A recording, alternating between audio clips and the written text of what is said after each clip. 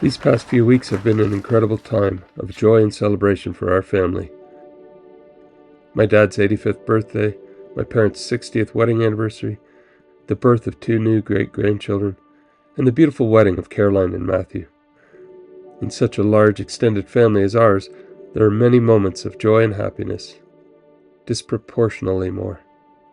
But in the same way, there can also be more pain and loss. Sadly, our blissful joy left over from the wedding was not to last. Early Sunday morning, we received the devastating news that the kid's cousin Calvin had been involved in a personal watercraft accident on the St. Lawrence River and succumbed to his injuries. He was only 21 years old and one of the kindest people you could ever meet.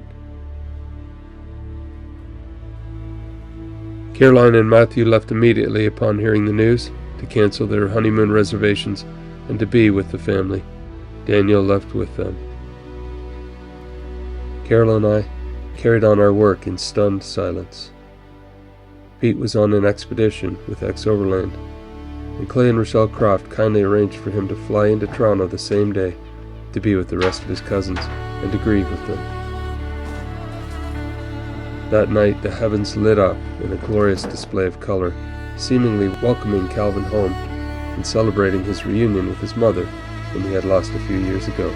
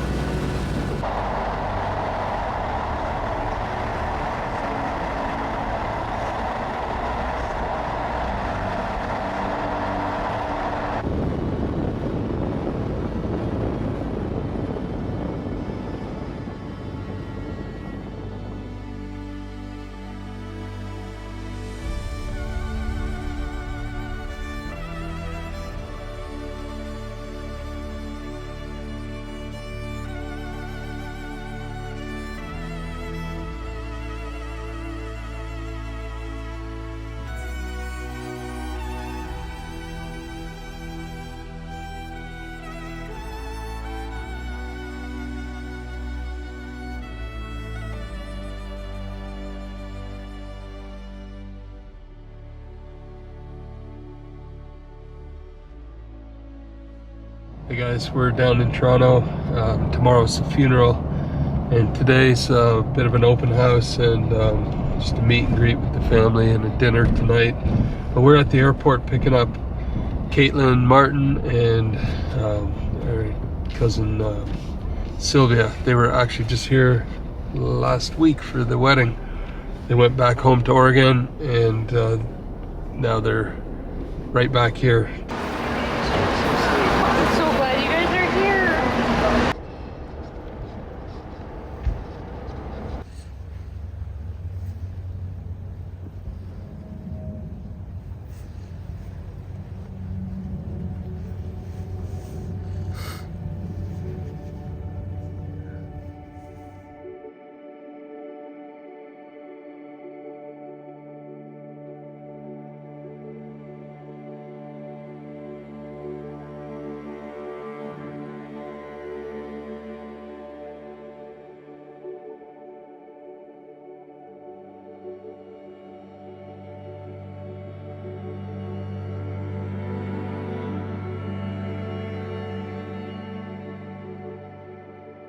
This tragic loss is going to take a long time to heal, but Cal's memory will remain with us forever.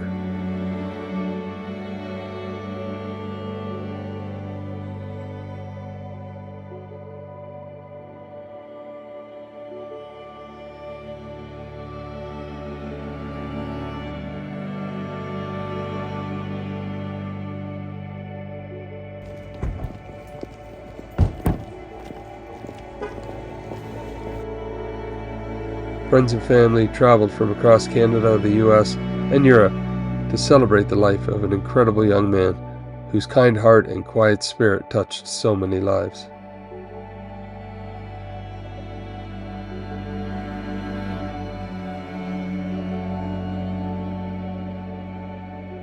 Still reeling from the loss, we got up early the next morning to take Peter to the airport, where he will fly back to Whitehorse, Yukon, to rejoin the crew.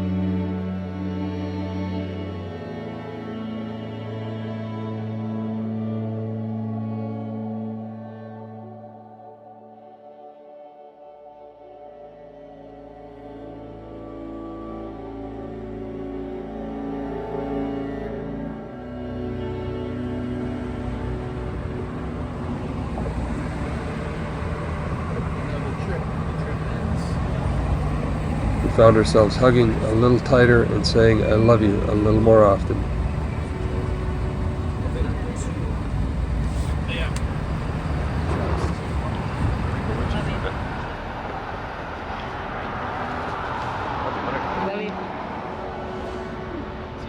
See ya. Hug the ones you love and tell them that you love them as often as you can. Because life is short and our time together is very precious.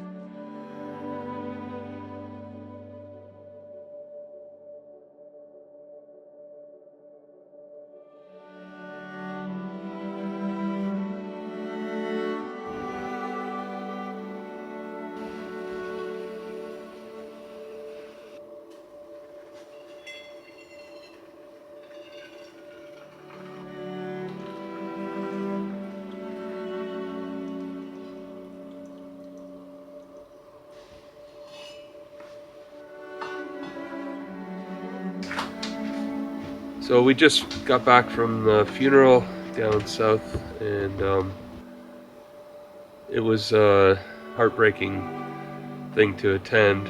I mean, as Christians, we have hope, and we know that he's in heaven and he's with his mom, so we take some comfort in that.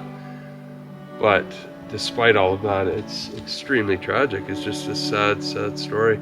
You know, when we laid my sister to rest, for instance, she had been going through a lot of pain and suffering. When you bury them, you know, you kind of have a bit of closure, and along with the joy that they're in heaven, you go, at least they're resting now and they're no longer in any pain.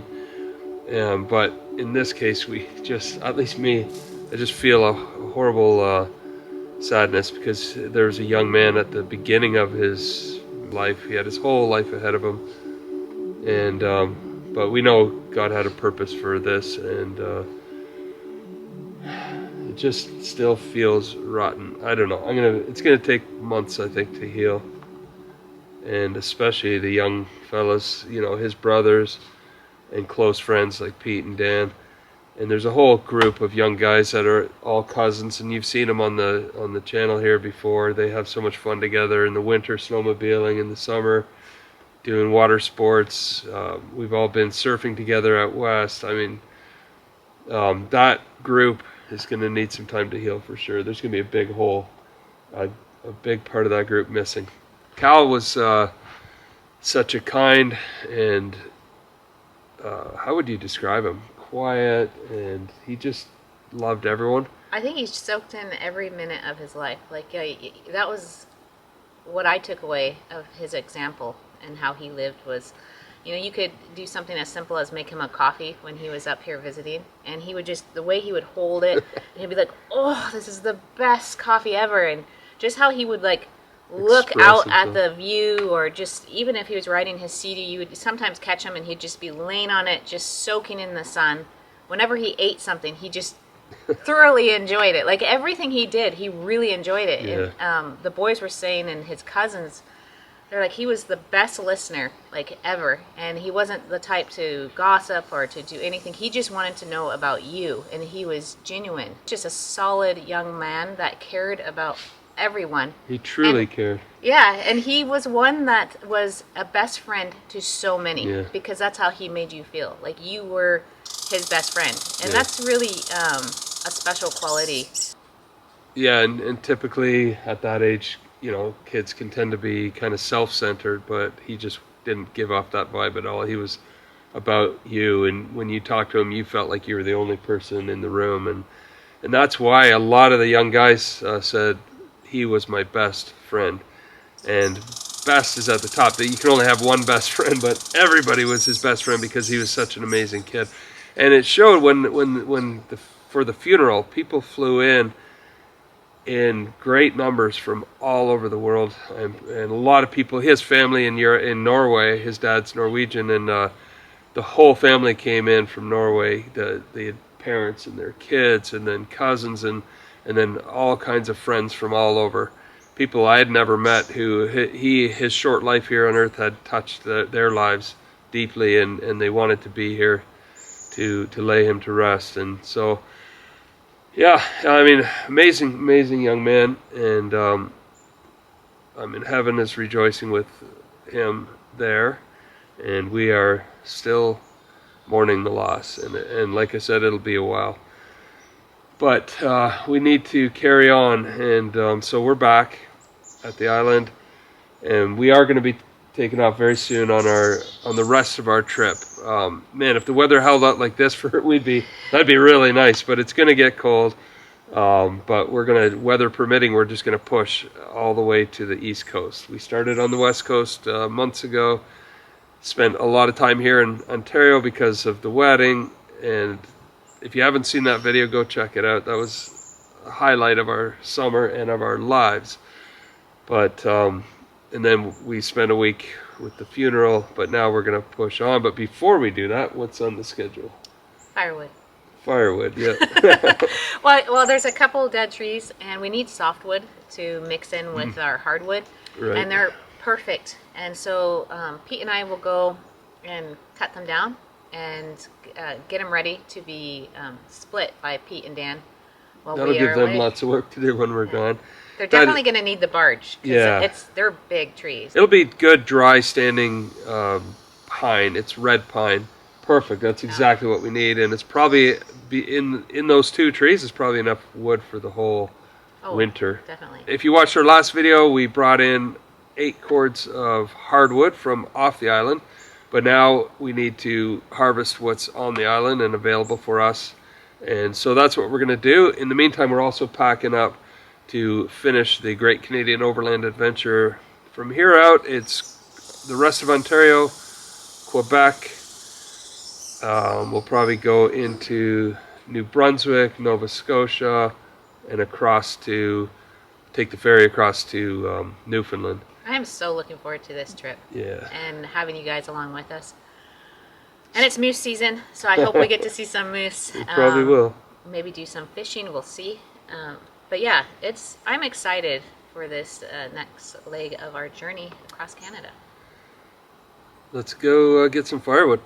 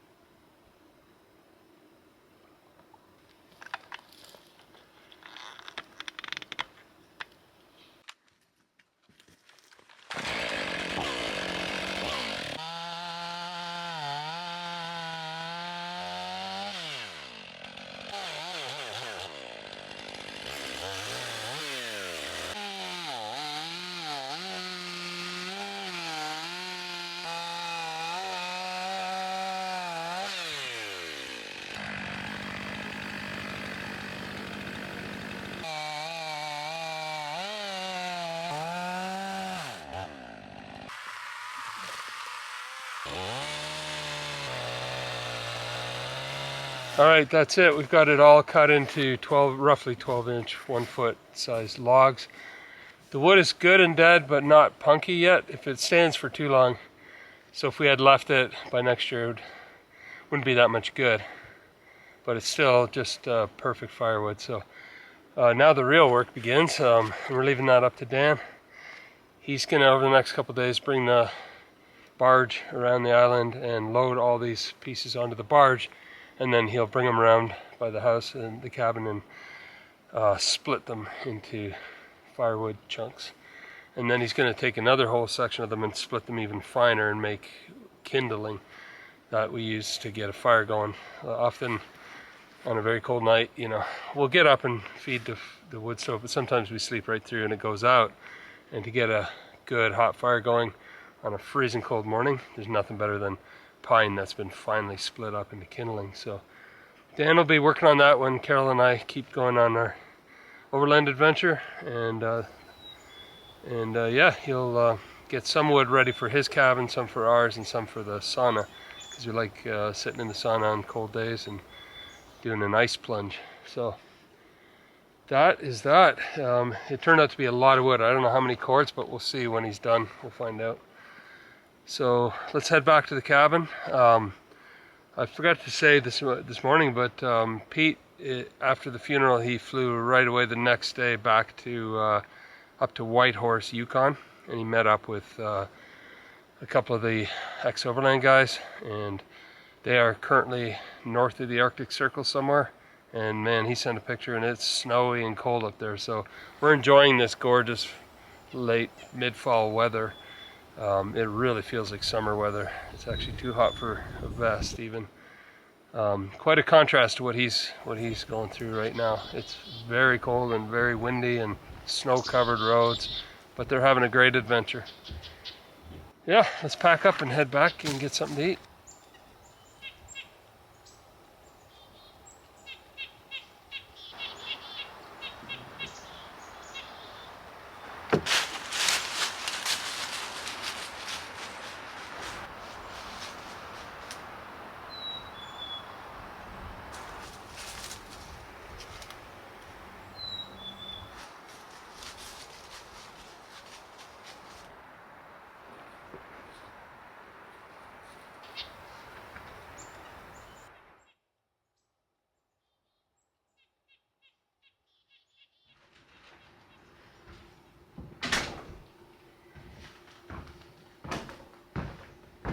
Super blustery day, but I'm trying to get all these little jobs done, like the hummingbird feeder, filling up the bird feeds, and just tidying up around the yard before we leave, hopefully tomorrow.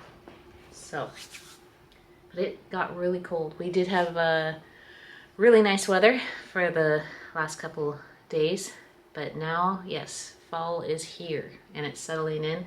We're enjoying the last bit of all the colors, because I think there's going to be a frost this next week, and then it'll probably drop all the remaining leaves, at least here. So it's pretty right now.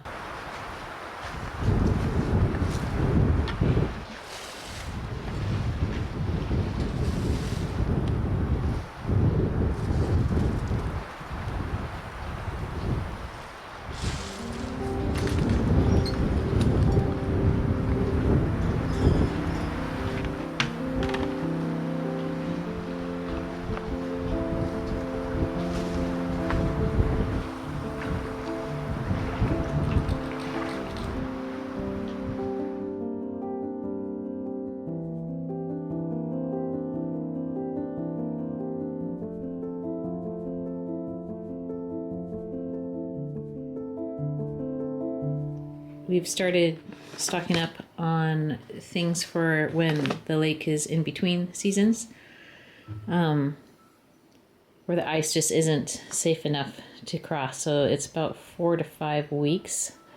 But yeah, this is just a small load, and I'll just keep on adding to this. But for now, I need to find room for all of this in the pantry.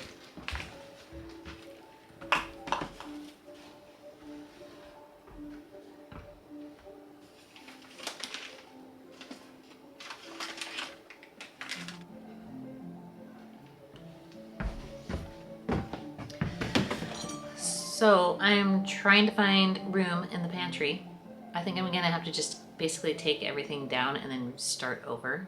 But yeah, it's a lot of cans for 5 weeks if you think about it. And it kind of feels good though to get everything freshened up. And it's almost like spring cleaning, but it's in the fall. But yeah, that's what I'm doing today, is just basically going through every room and just swapping out summertime things with winter things, because it will be here in full force when we return. So just like our flotation suits, winter boots, gloves, hats, scarves, all of that will come down, and summer stuff will go in those totes and put back, and I'll relabel them. Yeah, so it's kind of fun. It's exciting. We just talked to Pete on his expedition with X Overland, and he's doing really well. And he's been in snow and really cold weather, so yeah, he's reminding us of what is to come.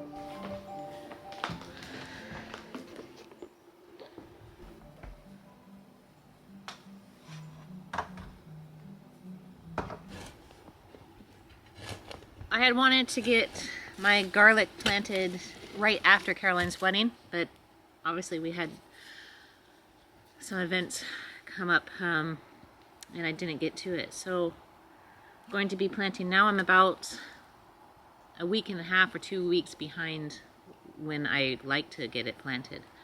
But hopefully it turns out, and next spring I can start to see some of the growth, and it does well here. This last year I planted it here again too late in the season. That was pushing November, and it did not like that. I didn't get any harvest out of it. So hopefully this next coming year, we have a good one. Today I'm just burning cardboard, planting garlic, cleaning out the freezers, and doing a few paint jobs. Because tomorrow morning, like I said, we take off to Newfoundland. I hope to get over to the truck just to have everything packed and ready, so we just go over there in the morning and hit the road. Pretty excited. Dan is getting all that wood that we had cut so that he can start splitting that and filling our not wood sheds, what do you call that? This? No, wood. So we can start getting our softwood in and stacked and put away and hopefully tarped.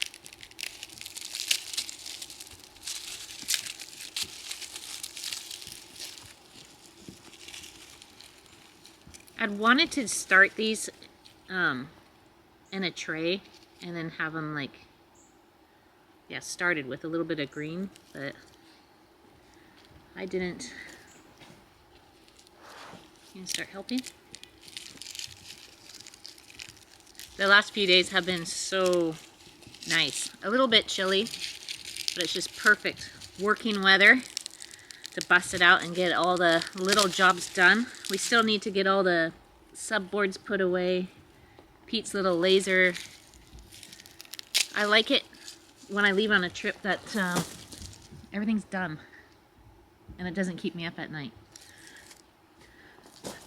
So I'll probably plant 4 rows. Not a big crop. I'll get this watered, and then I'll add 2 or 3 more and then put a bunch of leaves on top. I do need to buy some straw. I think that would really help this, the asparagus and the rhubarb. I need to buy that. Maybe I'll get Dan to do that for me while we're away.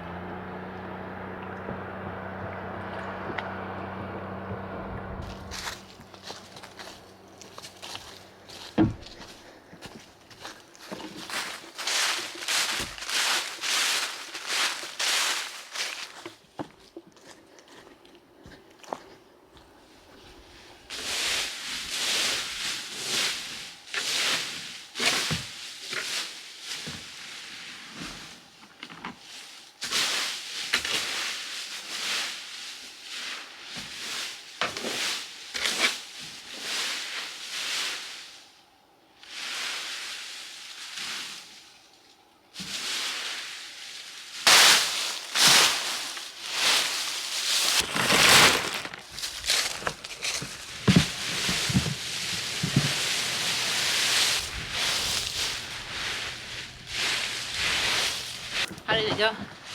Good. I got a decent sized load. Good. It should be enough to fill. Yeah. Remember you have all that maple over by the tractor's cabin. Yeah, I'm gonna keep the right side for hardwood and the left side for softwood. Oh, okay.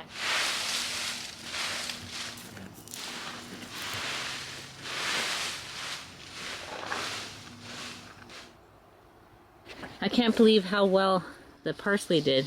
It just exploded. We harvested this plant 2 times and it's still just massive. The sage is doing good. Rosemary, you can tell it's starting to get a little cool at night.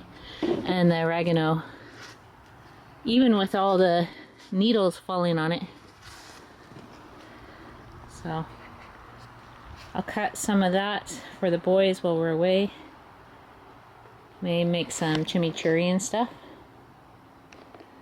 So the asparagus and rhubarb are covered here, and then the garlic. I'll still try and get some straw to put down over top. But yeah, coming along.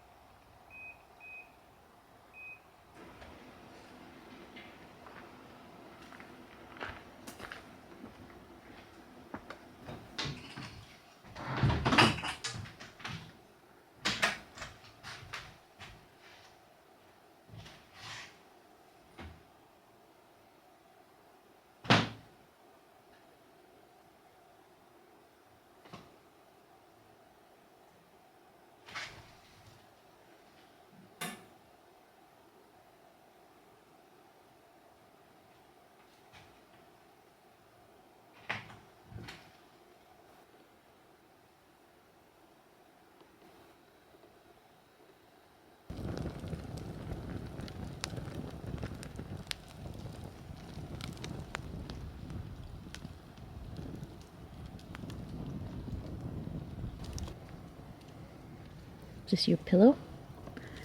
Is that Lando's pillow?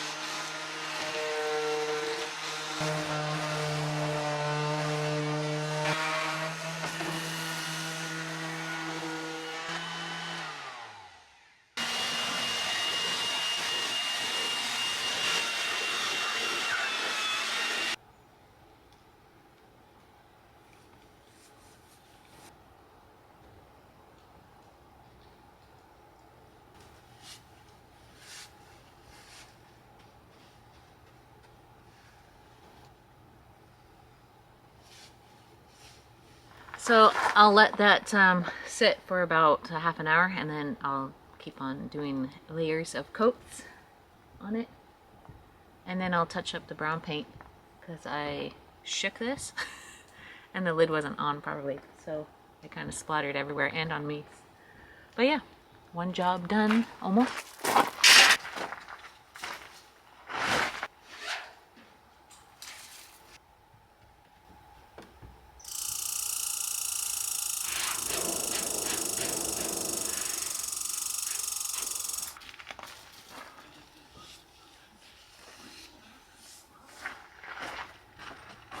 Dan. Hey, Moto. Soup's ready.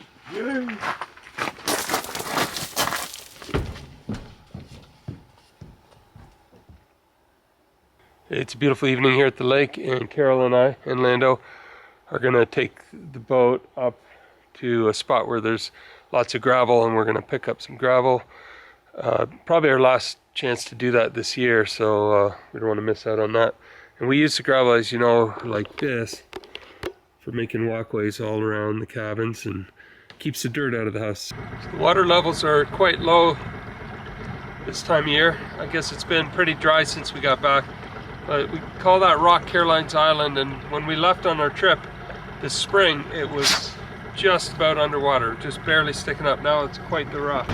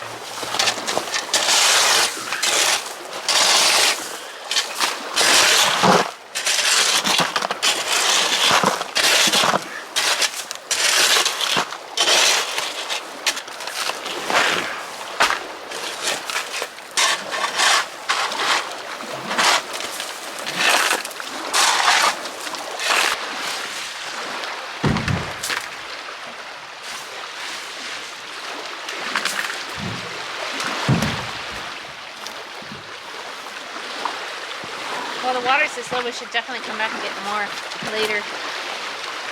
Or Dan did.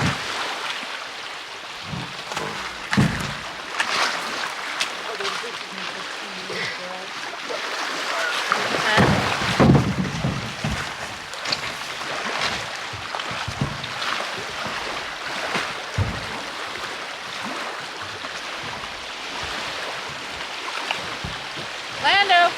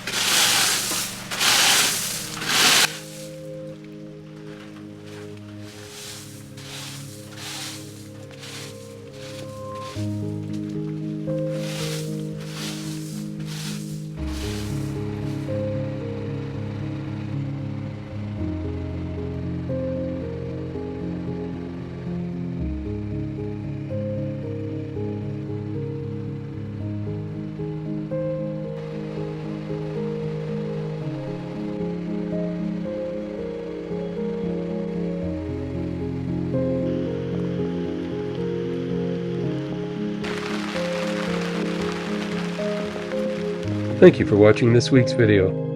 Please join us next week as we begin the second leg of the Great Canadian Overland Adventure, working our way east to the Atlantic Ocean.